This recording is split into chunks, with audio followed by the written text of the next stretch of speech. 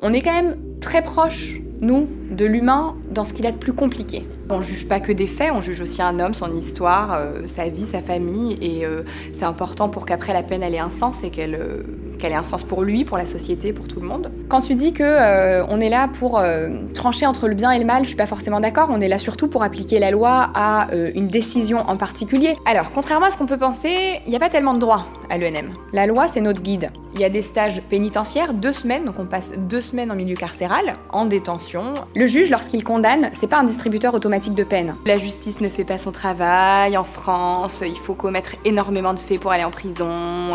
En France, on prend une peine de 10 ans de prison et on fait que 3 mois. Bon, j'exagère, mais c'est des remarques qu'on peut recevoir et qui, franchement, quand au quotidien, on travaille, on donne tout, parfois c'est assez difficile à supporter.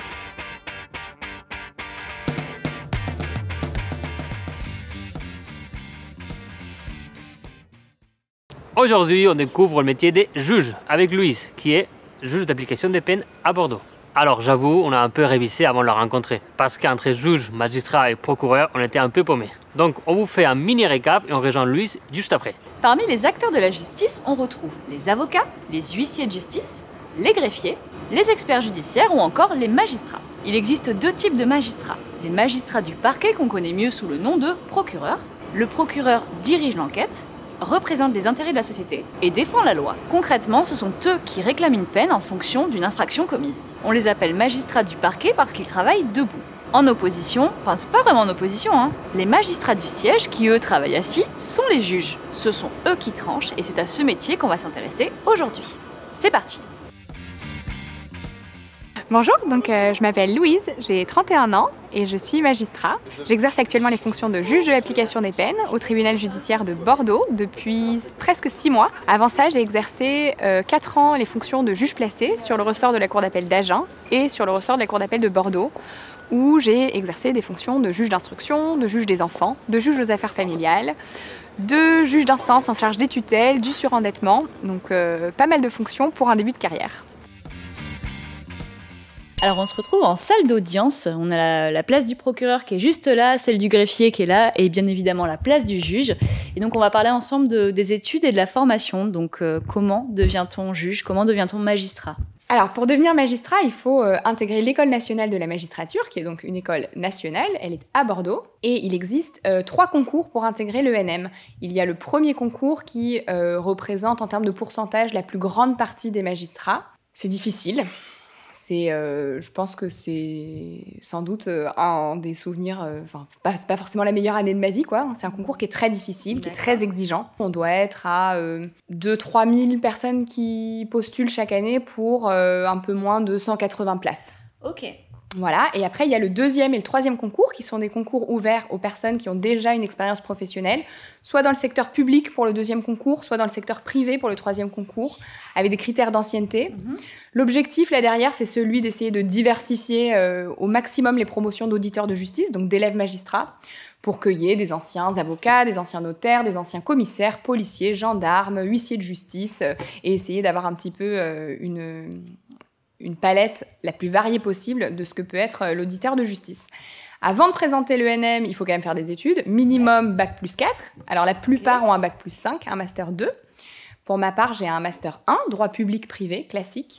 Et ensuite, là aussi, c'est un peu la réalité du concours, c'est que je pense que près de 80%, 90% des gens qui intègrent l'ENM ont fait une prépa privée, ou pas. Donc payante. Donc payante. D'accord. Pour ma part, j'ai fait une prépa privée parisienne pendant 1 an. Et je sais que l'ENM a mis en place depuis 2013 ou 2014 des classes égalité des chances pour des élèves méritants ou boursiers. Pareil, 3 classes, Paris, Roubaix, Bordeaux, il me semble. 3 classes de 18, donc 54 élèves qui sont préparés chaque année, choisis et préparés pour essayer d'intégrer l'ENM. Donc voilà, pour intégrer l'ENM, les études, Sciences Po ou droit, bosser beaucoup pendant 1 an, un peu plus d'1 an, parce qu'il y a d'abord les écrits. Ouais. Et puis, une fois qu'on a passé les écrits et qu'on est sur la liste des personnes admissibles, on a des oraux plus techniques, droit européen, droit des sociétés, droit international, droit du travail. On a des zéros de langue, on a des tests de personnalité, psychologie, avec des entretiens avec des psychologues. D'accord. On a des épreuves de synthèse. On a encore une deuxième étape qui fait qu'au final, entre le moment où on s'inscrit en prépa et les résultats, il y a plutôt 1 an et demi que 1 an. Ok, et donc tu intègres l'ENM, donc c'est une formation en 31 mois. Tout à fait. C'est ça. Qu'est-ce qu'on y apprend? Qu'est-ce qu'on fait pendant ces 31 mois en fait? Alors, contrairement à ce qu'on peut penser, il n'y a pas tellement de droit à l'ENM. Parce que nous, on intègre l'ENM, on a passé des épreuves difficiles de droit, droit pénal, droit civil pour les écrits, puis toutes les matières plus particulières pour les oraux. On considère que la personne qui intègre l'ENM, le raisonnement juridique, le droit, c'est-à-dire le raisonnement juridique, c'est-à-dire quels sont les faits, quel est le problème, quelle est la règle de droit que j'y applique et comment j'applique cette règle de droit aux faits et qu'est-ce que j'en tire comme solution. Bon, on considère que l'auditeur de justice, celui qui a intégré l'ENM, il sait faire. Ouais, okay. Donc nous, ce qu'on apprend à l'ENM, c'est à devenir magistrat. Autant juge que procureur. On est formé pour les deux de la même manière. On apprend à se positionner à l'audience. On apprend à se positionner face à un justiciable. On apprend à réfléchir sur la place du juge dans la société. On apprend à rédiger un jugement civil, c'est-à-dire que ce soit sur un problème de fosse septique, de construction, ou bien du divorce, de la garde d'enfants. Voilà, comment est-ce que, concrètement, le jugement, comment est-ce qu'il se rédige? Le jugement pénal aussi, comment est-ce que je motive une peine d'emprisonnement ferme? Voilà, donc tout ça, c'est des choses qu'on apprend à l'ENM. Après, on a différents pôles. On a un pôle pénal, pôle civil, humanité judiciaire, international. Et donc, on a aussi la chance de voir beaucoup de monde. On voit des médecins légistes, on voit des commissaires, on voit des anciens ministres.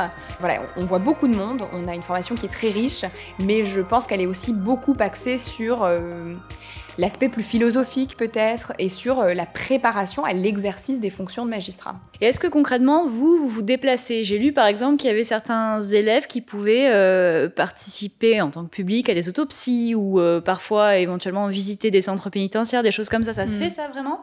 Alors sur les 31 mois, on a beaucoup de stages. On est finalement à l'école une petite année scolaire. Le reste du temps, on a des stages. Alors, il y a des stages à la protection judiciaire de la jeunesse, donc on peut être amené à aller en foyer.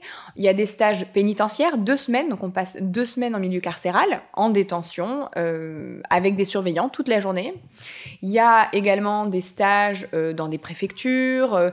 Moi, j'ai eu la chance de faire un stage au bureau du procureur à Washington. Donc, il y a beaucoup de stages. Il y a effectivement, le plus important, c'est le stage juridictionnel. On est au palais, en juridiction, on tient des audiences sous le contrôle d'un magistrat en exercice. Et puis, effectivement, pour répondre à la question de l'autopsie, toutes les semaines, il me semble, c'est donc l'aile médico-légale de Bordeaux qui fait état de date d'autopsie, parce que les autopsies ne sont pas systématiques, hein. Et du coup, il y a une fiche qui est posée à l'accueil de l'ENM, et donc les auditeurs peuvent s'inscrire pour participer à une autopsie. On est encouragé à le faire, toujours dans un objectif de formation, pour nous dire si en sortie d'école, vous êtes procureur de permanence et que vous êtes amené à aller sur une scène de crime, si vous êtes juge d'instruction, qu'on vous demande d'assister à une autopsie, ça peut être pas mal de savoir comment est-ce que vous allez réagir, et peut-être aussi de savoir que si vous le supportez pas, c'est pas plus mal aussi de pas y aller. Voilà, donc non, il y a beaucoup de choses qu'on fait. On a un stage police aussi, au cours duquel je me souviens avoir fait de la simulation balistique. Et c'est vrai que du coup, de savoir comment est-ce qu'on peut réagir nous-mêmes, arme à la main, face à une situation, c'est hyper intéressant. Une fois que tu es diplômé de l'ENM, comment tu trouves du travail? Alors, en fin de scolarité à l'ENM, à peu près au bout de 18 mois, 2 ans, il y a des épreuves de sortie, des épreuves techniques de rédaction d'un jugement civil, rédaction d'un jugement pénal. On est aussi évalué tout au long de notre formation et on a un grand oral de sortie. Et toutes ces notes font qu'il y a un classement des auditeurs de justice, donc des élèves de l'ENM, du premier au dernier. La chancellerie, le ministère de la Justice, offre une liste de postes. C'est souvent des postes en sortie d'école qui ne sont pas forcément très attractifs. Le premier choisit en premier, il prend le poste qu'il veut, et le dernier prend le poste qui reste. Donc ça, c'est en sortie d'école. On ne cherche pas, en fait, on prend le travail qui nous est donné. Et tout au long de notre carrière, on ne va jamais chercher du travail. C'est-à-dire, vous allez changer de... Alors, effectivement, nous, on a une obligation, je dirais, de mobilité, à la fois géographique et fonctionnelle, c'est-à-dire qu'il faut changer de lieu ou de poste. Sur les postes spécialisés, juge des enfants, juge d'instruction, juge d'application des peines, ce qui est mon cas, on est limité à 10 ans maximum. Et au bout de 10 ans, soit il faut aller ailleurs, et donc être juge de l'application des peines dans un autre tribunal, dans une autre ville, soit il faut changer également de tribunal et changer de poste. Ça permet de ne pas rester ancré dans des habitudes qui peuvent, au bout d'un moment, peut-être freiner une remise en question ou une évolution sur ses pratiques. Ça permet, en ayant du sang neuf, d'avoir des nouvelles interrogations, des nouvelles manières de penser. Et donc, pour ce faire, on fait des choix sur une plateforme internet. On coche, on appelle ça cocher. Et 2 fois par an, il y a des transparences. Et on apprend qui part où, qui ne part pas. Il y a des déceptions aussi, parfois, souvent. Et voilà. Et donc sinon, combien tu gagnes? Alors, au niveau de ce que gagnent les magistrats, c'est tout à fait transparent. Il y a une grille de salaire qui est publiée. Vous la trouverez sur Internet assez facilement. On commence en qualité d'auditeur de justice, donc élève à l'ENM. On perçoit à peu près 1 600 € quand on est à Bordeaux et plutôt dans les 1 900 € nets quand on est en stage. Ensuite, il y a la prise de poste. On est au second grade, donc on est juge ou substitut du procureur si on est au parquet. Et là, on commence à 2 600 € net. Dans les 7 ans, on peut monter jusqu'à 3 500, 3 600 € net. Et après, si on prend son grade et qu'on prend un poste de vice-président ou de vice-procureur, on a le salaire qui monte aussi chaque année en fonction des échelons qu'on peut gagner. Et après, il y a des postes qui sont à part, qui sont hors hiérarchie. Il y a des postes de président de tribunaux, il y a des postes à la cour d'appel, il y a des postes à la cour de cassation. Et puis, il y a aussi beaucoup de postes détachés de la magistrature. Des juges qui interviennent à l'OFPRA, il y a des juges, ou des magistrats d'ailleurs, pas que des juges, des procureurs aussi, qui sont magistrats de liaison dans des capitales européennes ou dans des capitales de tous les pays du monde, d'ailleurs au Brésil, aux États-Unis. Donc ça, c'est des gens qui gagnent sans doute un petit peu plus. Je dirais que le magistrat qui reste dans une voie classique gagne 6 500 € net en fin de carrière. C'est pas mal, non? C'est pas mal, mais on fait pas ça pour l'argent, hein. Alors mon métier, c'est de garantir les libertés individuelles. C'est pas moi qui le dis, c'est la Constitution. Mon métier, du coup, c'est de faire la balance entre plusieurs intérêts toute la journée. Et fondamentalement, mon métier, c'est de trancher et de prendre des décisions. Donc ça s'organise autour de différentes activités. Parfois, je suis en audience. Ça représente quand même pas mal de temps. Je prépare mes audiences, je rédige mes décisions après les audiences. Donc je vois aussi beaucoup mes condamnés en entretien, je les convoque, je leur explique quelles sont leurs obligations, pourquoi ils ont été condamnés, qu'est-ce que c'est le sens de la peine, ce que j'attends de leur part. C'est les audiences, c'est le café le matin. C'est important, le café avec les collègues, pour pouvoir discuter aussi avec d'autres services. Discuter avec les juges des enfants qui suivent les enfants dont mes probationnaires sont les parents. Donc voilà, c'est important pour pouvoir discuter et puis pouvoir parler aussi d'autres choses que le boulot. Mon métier, c'est pas mal de paperasse, pas mal de papier, de l'administratif. Heureusement, on a des greffières, des agents administratifs qui nous aident, mais en fait, au vu de ce qui se passe, on est souvent à couvrir nos arrières, à faire des mails pour être couverts, à les imprimer, à les verser en procédure. Et donc tout ça, ça prend du temps.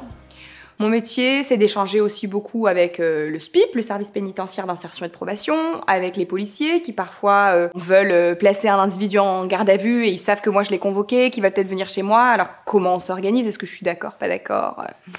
Donc j'échange avec les avocats aussi, pas mal. Mon métier, c'est aussi de faire face aux faibles moyens de la justice. J'ai une imprimante qui date de 1940 dans mon bureau. Des fois, il faut se battre pour des ramettes de papier qui soient pas du papier très écologique, recyclé, hyper fin, au travers duquel vous pouvez voir. Ça, c'est des anecdotes, mais c'est vrai que quand on arrive dans la magistrature, on se rend compte que avec un petit peu plus de moyens, on pourrait peut-être travailler un peu mieux. Et puis mon métier, c'est de gérer le flux. Et ça, c'est le cas de beaucoup de postes dans la magistrature.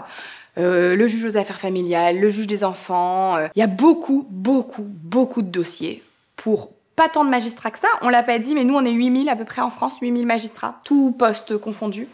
Et au final, ça fait que mon métier, c'est beaucoup de travail. On travaille en tension, on travaille dans l'urgence, on court, on part à l'audience, on n'a pas le casier judiciaire, on va le récupérer, on revient en courant, on n'a pas de...